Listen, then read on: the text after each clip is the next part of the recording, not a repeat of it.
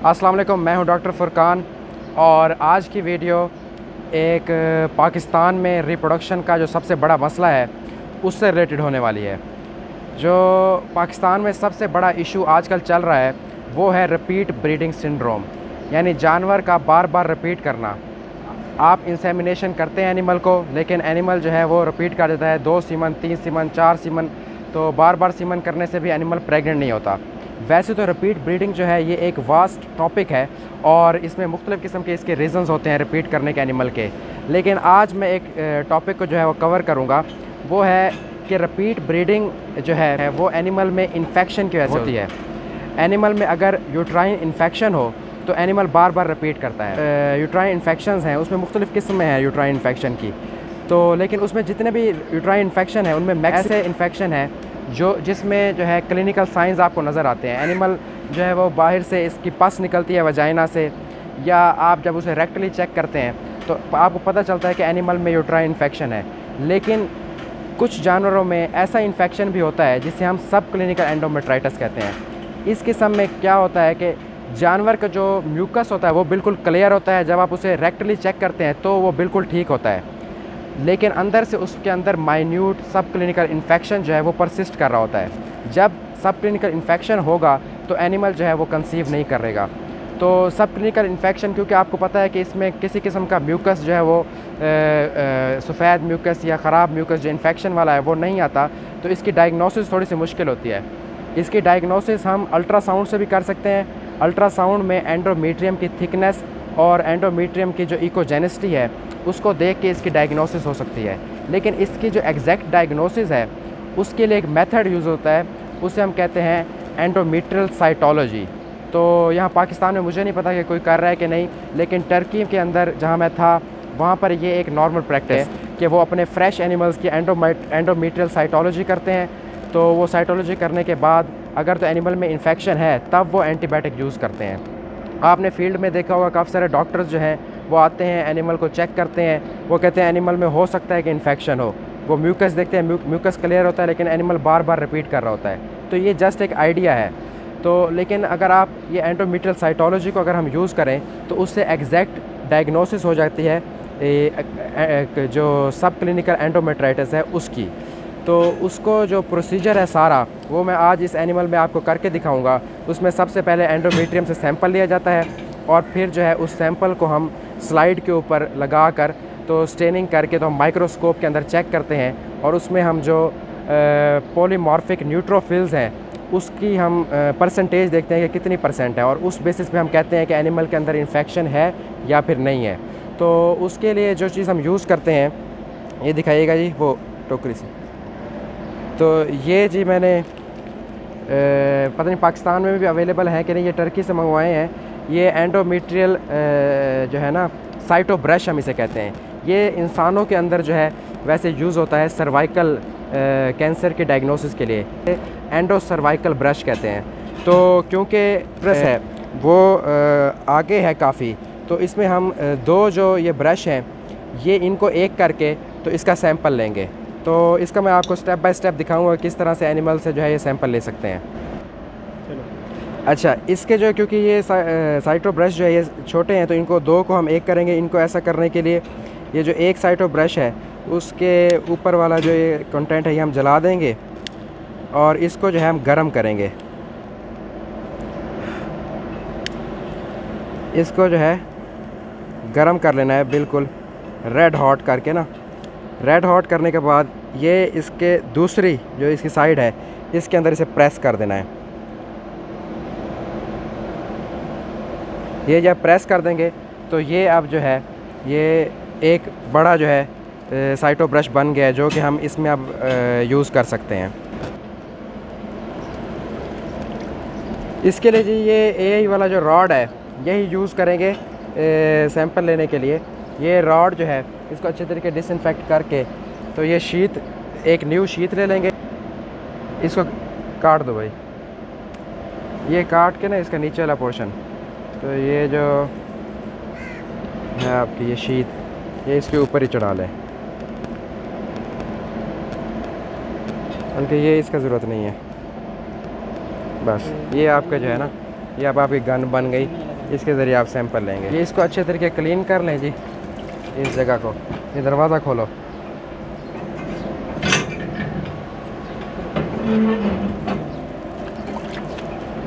ठीक है, तो क्लीन करने के बाद ये अंदर से जी रेक्टम को खाली कर लें।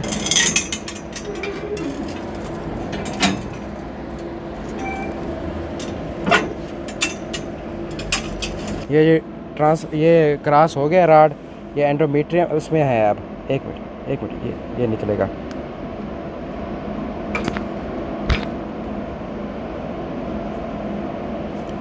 ये यूट्रस के अंदर हॉर्न्स में है जी। अब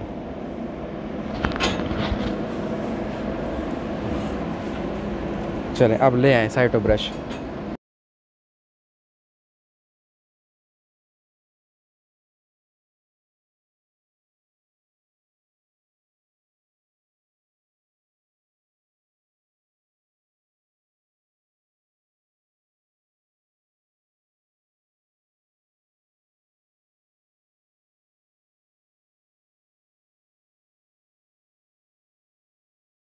यहाँ रखो, ठीक है। ठीक है, अब इसे क्लॉकवाइज करो, फिर एंटी क्लॉक घुमाओ, घुमाओ ज़ोर ज़ोर से, ज़ोर ज़ोर से। ठीक है, और एक एंटी क्लॉकवाइज। ठीक है, चलो निकाल लो अब। चलो बस, छोड़ दो छोड़ दो छोड़ दो। कर रहा हूँ क्लब।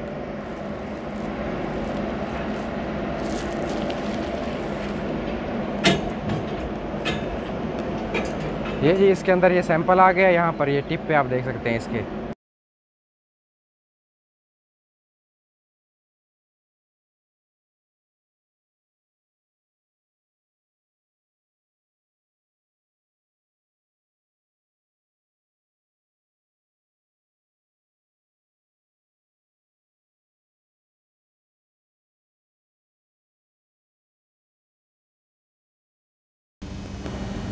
अच्छा जी, तो सैंपल मैंने जो है ले लिया एंडोमेट्रियम से। वो मैंने आपको दिखा दिया था कि उसको किस तरह से लेना है, और उसके ऊपर जो है स्लाइड के ऊपर उसे जो है वो लगाना है। लगाने के बाद जो है उसे फ़िक्स करना है अल्कोहल के साथ।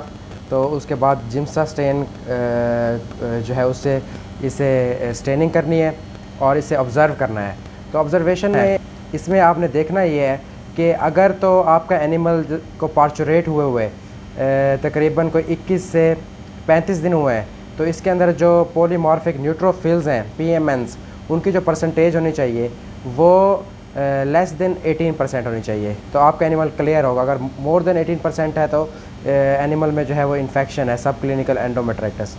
और अगर तो आपके एनिमल को सोए हुए 45 दिन से ऊपर हो गए हैं, ठीक है, और वो बाद में फिर उसने इंसेमिनेशन भी आपने उसकी की है और बार बार रिपीट भी कर चुका है, चाहे उसके बाद जितने भी दिन हो गए हो, तब आपने अगर उसका सैंपल लिया है और आपको उसके जो PMNs हैं उसकी परसेंटेज अगर आपको 10% से ज़्यादा मिली है, तो एनिमल के अंदर जो है वो सब क्लिनिकल एंडोमेट्राइटिस है। और अगर वो 10% से कम है तो आपका एनिमल क्लियर है। तो ये टेस्ट बहुत ज़रूरी है, क्योंकि काफ़ी सारे एनिमल ऐसे होते हैं जो किसी किस्म का साइन शो नहीं करते, लेकिन बार बार जो है रिपीट करते रहते हैं। तो ऐसे एनिमल में सब क्लिनिकल एंडोमेट्राइटिस हो सकती है। तो इसके टेस्ट के लिए जो है वो अब मैं इसकी फैसिलिटी शुरू करने लगा हूँ। जिन फार्म्स के ऊपर मैं जा सकूँगा, वहाँ पे जाके जिन एनिमल्स के 3-4 से ज़्यादा इंसेमिनेशन हो चुकी होंगी, रिपीट ब्रीडिंग होगा उनमें, और किसी किस्म के और साइन सिम्टम और अल्ट्रासोनोग्राफिक मुझे उसमें एग्जामिनेशन में कुछ नहीं मिलेगा, तो उसमें मैं ये टेस्ट लाजमी करूँगा। और जितने भी यूनिवर्सिटीज़ के अंदर बाकी जो टेस्ट होते हैं, वहाँ पर मैं उनको रिक्वेस्ट करूँगा कि पैथोलॉजी डिपार्टमेंट वाले जो हैं वो ये टेस्ट जो है वो भी ऐड करें, ताकि जो रिपीट ब्रीडिंग वाले एनिमल हैं उनका पता चल सके कि उनका इशू क्या बन रहा है। क्योंकि अक्सर फील्ड में होता ही है कि बहुत ज़्यादा लोग जो है वो पेंसिलिन और बाकी एंटीबायोटिक यूज़ करते रहते हैं। अगर एनिमल रिपीट करे तो इवन उनका म्यूकस भी क्लियर होता है, बस वो हाथ से कहते हैं जी इन्फेक्शन है अंदर, लेकिन पता तो नहीं चलता, हाथ से ही पता नहीं चलता। अल्ट्रासोनोग्राफी से भी मैंने आपको बताया है कि उसमें भी आपकी डायग्नोसिस जो है वो 70 to 80% तक रहती है, लेकिन कभी कभार वो भी इतनी अगर माइन्यूट इन्फेक्शन हो तो उसका भी पता नहीं चलता। तो उसमें क्या होता है कि बार बार एंटीबायोटिक यूज़ से एंटीबायोटिक रेजिस्टेंस भी डेवलप हो जाती है एनिमल के अंदर, कि एनिमल को आप एक बार एंटीबायोटिक रख लें फिर जब उससे बड़ी एंटीबायोटिक आप यूज़ करेंगे तब वो एनिमल रिस्पॉन्ड करेगा, अदरवाइज़ नहीं करता। तो इस तरह बार बार गैर ज़रूरी एंटीबायोटिक का यूज़ करना भी है, वो भी ज़िया है। एक तो पैसे का भी ज़िया है और एनिमल का भी ज़िया है। आगे ये एंटीबायोटिक्स अगर दूध में आ जाती हैं तो इससे हमारे बच्चों के अंदर, हमारे अंदर वो एंटीबायोटिक रेजिस्टेंस पैदा होती है। तो ये बार बार एंटीबायोटिक का यूज़ करने का कोई फ़ायदा नहीं है। तो पहले अच्छी तरीके डायग्नोस कर लें कि एनिमल के अंदर इशू क्या है। अगर वो इशू है तो एक ही बार वो अच्छी सी कोई एंटीबायोटिक वो यूज़ करके, बेशक एंटीबायोटिक सेंसिटिविटी टेस्ट भी कर लें, उसका भी मैं तरीका आपको बता दूंगा कि कैसे होता है। तो वो करवा के एक ख़ास एंटीबायोटिक यूज़ करके इन्फेक्शन क्लियर करके एनिमल को जो है वो आप कंसीव करवा लेंगे। तो होता यही है फील्ड के अंदर कि मेन जो इशू है उसे नहीं ढूंढा जाता, उसे नहीं देखा जाता कि इशू क्या चल रहा है। बस इर्रेशनल ट्रीटमेंट प्रोटोकॉल जो है वो फॉलो होते रहते हैं विदाउट डायग्नोसिस। तो टेंटेटिव डायग्नोसिस बहुत ज़रूरी है, तो वो डायग्नोसिस लाजमी करें और अपने एनिमल को जो है वो जल्द से जल्द प्रेग्नेंट कर लें। तो उम्मीद करता हूँ जी आज की ये वीडियो आपको पसंद आई होगी। तो इस तरह की वीडियो के साथ दोबारा हाज़िर होऊंगा। तब तक आप अपना ख्याल रखें, दुआओं में याद रखें। अल्लाह हाफ़िज़।